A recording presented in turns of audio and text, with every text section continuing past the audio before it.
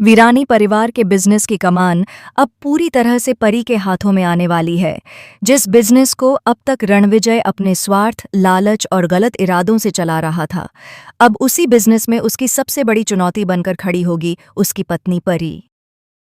रणविजय ने कभी सपने में भी नहीं सोचा था कि जिस लड़की को वह कमजोर, डरपोक और अपने इशारों पर चलने वाली समझता रहा, वही लड़की एक दिन उसके हर प्लान को न सिर्फ फ्लॉप करेगी बल्कि उसकी सच्चाई भी सबके सामने ले आएगी। और इस लड़ाई में परी अकेली नहीं है, क्योंकि उसके साथ मजबूती से खड़ी है उसकी माँ तुलसी। जी हाँ दोस्तों, क्योंकि सास भी कभी बहू थी का आने वाला ट्रैक अब एक नया मोड़ लेने वाला है। ये ट्रैक सिर्फ पारिवारिक ड्रामा तक सीमित नहीं रहने वाला, बल्कि इसमें इमोशन, सच्चाई, हिम्मत और एक औरत की आत्मसम्मान की लड़ाई देखने को मिलेगी। आने वाले एपिसोड्स में दर्शकों को ऐसे ऐसे ट्विस्ट देखने को मिलेंगे जो दिल को छू जाएंगे और आंखें नम कर देंगे। आपको बता दें कि अब तक तुलसी को पूरी सच्चाई का अंदाजा नहीं था। वह हमेशा यही सोचती रही कि शायद हालात ही ऐसे हैं या फिर परी ज़रूरत से ज़्यादा संवेदनशील है। लेकिन जिस दिन तुलसी की नज़र परी के शरीर पर पड़े, उन जख्मों पर पड़ी, उन नीले निशानों पर पड़ी, उस दिन तुलसी का दिल कांप उठा।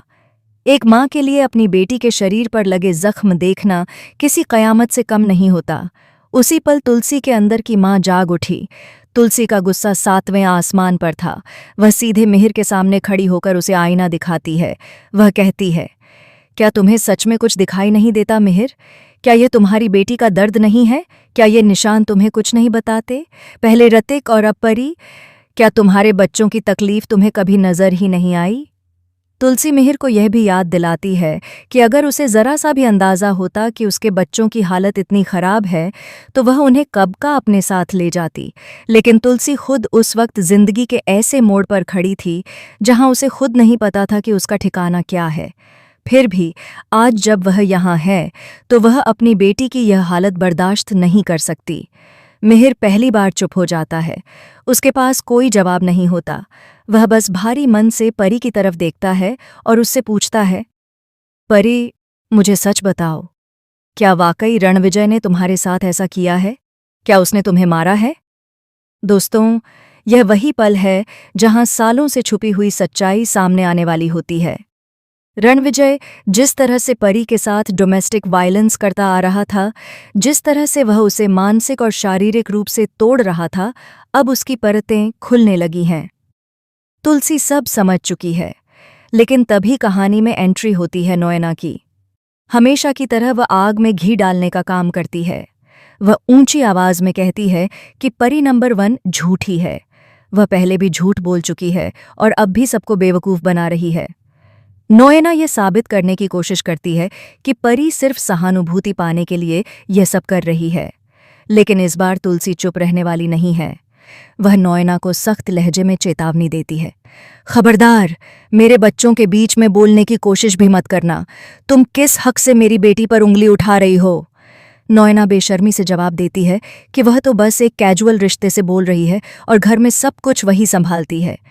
लेकिन तुलसी साफ साफ कह देती है, अपना मुंह बंद रखो। मेरी बेटी को झूठा साबित करने की कोशिश मत करो।